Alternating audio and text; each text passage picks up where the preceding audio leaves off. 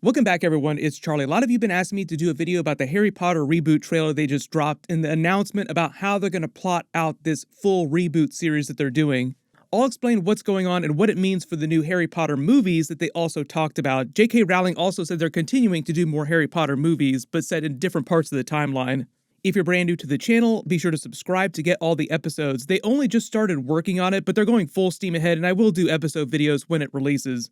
They've been working on this for a long time, trying to lock J.K. Rowling down to a deal. Like, they had to get her to sign on the dotted line. And the important thing is, first, this is meant to be a full-on reboot of the original Harry Potter books, which is a bit of a surprise. Like, we knew they were doing a Harry Potter series, we were just kind of wondering what it would actually be about. But they're rebooting the events of Harry, Hermione, Ron, all the main characters' story that we read during those original books, and they already greenlit the full series for order, which is way beyond what you normally get. This means they ordered beyond just the first episode, like there's no pilot episode or just the first season. Pretty much the entirety of all the original books have been greenlit to episodes.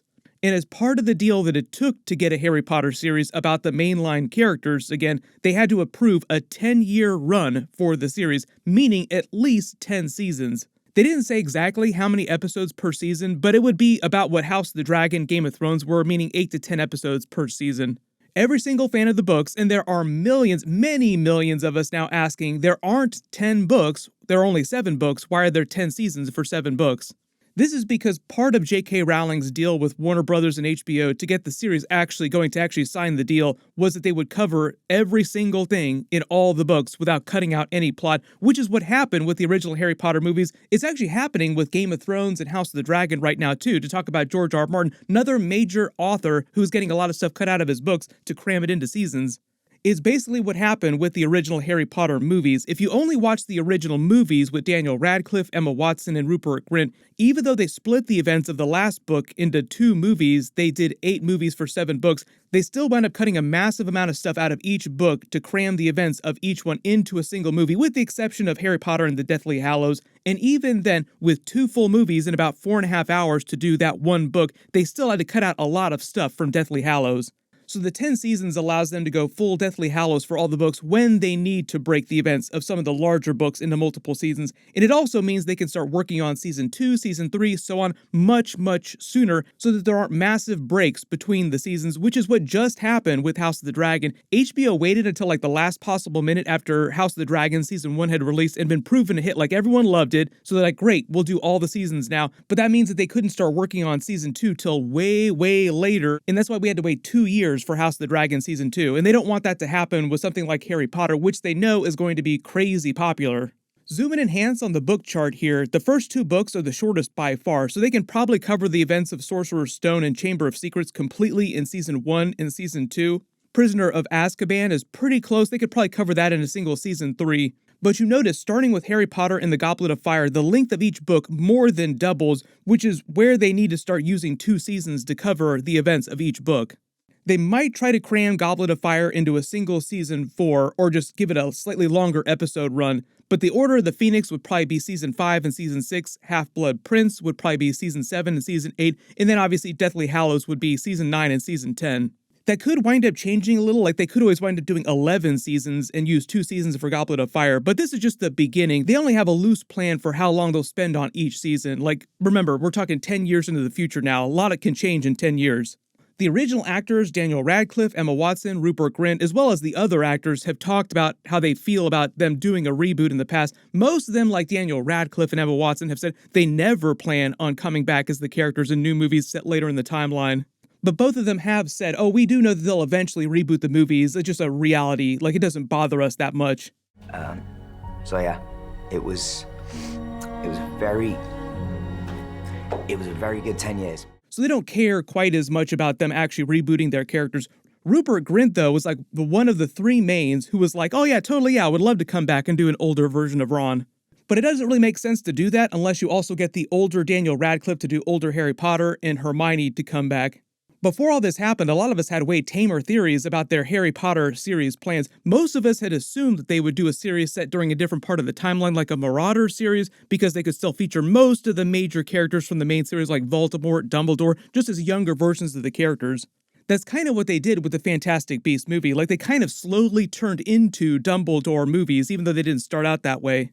A lot of us also thought that they might do a Severus Snape series or a young Voldemort series, or they go way back in the timeline and do a founder series about the 4 founders of Hogwarts: Godric Gryffindor, Helga Hufflepuff, Rowena Ravenclaw, and Salazar Slytherin. One of the important details, though, is that J.K. Rowling will not be writing all the episodes herself. They'll actually have teams of experienced showrunners and show writers actually working on the series, and she'll just get approval on scripts, which is kind of how the situation with the original Harry Potter movie writing went, where she didn't do the bulk of the writing of the movies herself. She just approved a lot of their scripts.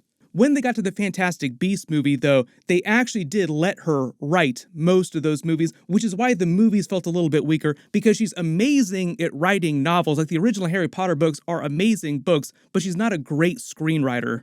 So I'm glad that they're going back to the old method of writing the episodes for the series. I think that'll just ultimately lead towards better quality actual episodes. But according to J.K. Rowling, they are still making new Harry Potter movies, and all of our theories have now been flipped, and now the new movies are going to be telling stories that are jumping around in the timeline. J.K. Rowling was kind of non-committal when asked about which events the next movies would cover. Warner Brothers already said that they don't have any more Fantastic Beasts movies in development, so that franchise is basically dead with the last Fantastic Beasts movie, and it sounds like they'll do Marauders movies, a Founder series of movies, events like that. Or they go full Star Wars and try to do events much later in the timeline, much longer after the main characters have passed away. House of the Dragon is doing this for Game of Thrones right now, but just as HBO series, like their only series. They haven't announced Game of Thrones movies or anything like that, just jumping around in the timeline. I just did another video for that Game of Thrones, A Knight of the Seven Kingdoms trailer, which they also released when they released this Harry Potter reboot trailer. Like, there were a bunch of different series they all announced at the same time with trailers. They did just bring back the entire Harry Potter cast from the movies for a reunion special on HBO Max a little while ago, but that was more of a glorified behind-the-scenes featurette, kind of like the cast of a Friends reunion. They didn't come back to do a new movie or a new episode. They just sat around and talked about the movies like a longer version of a Blu-ray DVD special feature. Because they just announced the full series had been greenlit, it's going to be at least 2025 before they can start getting episodes out. They haven't announced any kind of casting yet, who's going to be playing all the characters, but there could be some of the original movie actors returning in different roles because they're obviously much older now, so they have to be playing different characters. Dan, you recently gave an interview on a podcast where you said if you ever went back to Harry Potter, you would play another character like Sirius Black or something. Yeah. How long after the podcast went live did a producer call you to see if you were serious? If you're a fan of the DC series, they did this with stuff like the Flash series in modern day, where they had John Wesley Shipp from the 90s Flash series come back as Barry's father. So they could bring back some of the original actors just playing slightly different characters, but the thing is, obviously, it hasn't been that long. That's why a lot of fans got upset, because it's literally like right after they finished the movies. It hasn't been that long. Usually when they reboot movies, and Warner Brothers did just announce that they're rebooting the original Lord of the Rings movies with new movies, usually they wait more than 20 years before trying to reboot things. Like, we're not talking about Spider-Man here at Sony. That's the best example of them rebooting stuff right away, with them rebooting from Tobey Maguire into Andrew Garfield, and then very quickly, soon after, into the Tom Holland version of Spider-Man. Everybody's now hoping for Harry Potter into the Potterverse, where like all the different characters come and they just say that they all happen in different universes, where like Daniel Radcliffe comes back with whatever new version of Harry Potter they wind up casting. The funny thing about that is that Daniel Radcliffe is like a hardcore Star Wars fan, a lot of these other franchises, so it would be funny to see him pop up in like a Marvel movie or a Star Wars movie. One of the reasons why you don't see that happening, though, Emma Watson, too, is because they made so much money on Harry Potter. They're so iconic as those characters. They don't feel like they need to do movies just for the paycheck, like you would get giant paychecks for these big comic book movies or big Star Wars movies. So it just enables them to be a little more selective with their roles and just do weirder stuff because they already have giant piles of money. Which is how you get Daniel Radcliffe playing a farting corpse.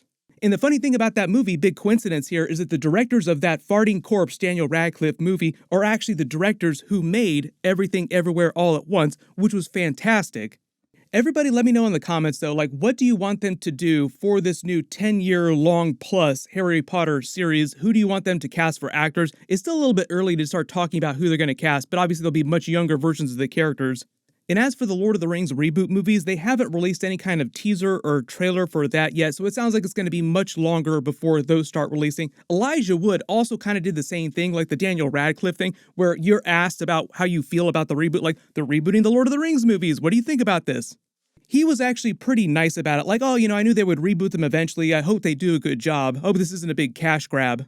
So with any luck, they'll actually spend the time that they need to make this Harry Potter series actually be good. Otherwise, that next 10 years would be a slog. But like I said, because they just started, they're going to be writing scripts now, starting actual work on the series. It'll take them a couple years before you actually get episodes. So it'll actually be a good long while before we actually get the next real trailer.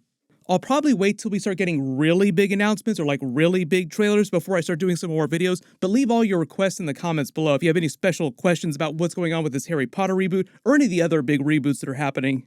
I just did a trailer video for Game of Thrones Night of the Seven Kingdoms, so I'll put a link for that at the end of this and down in the description below. You can click here to watch that and click here for my Mandalorian Season 3 Episode 8 finale video.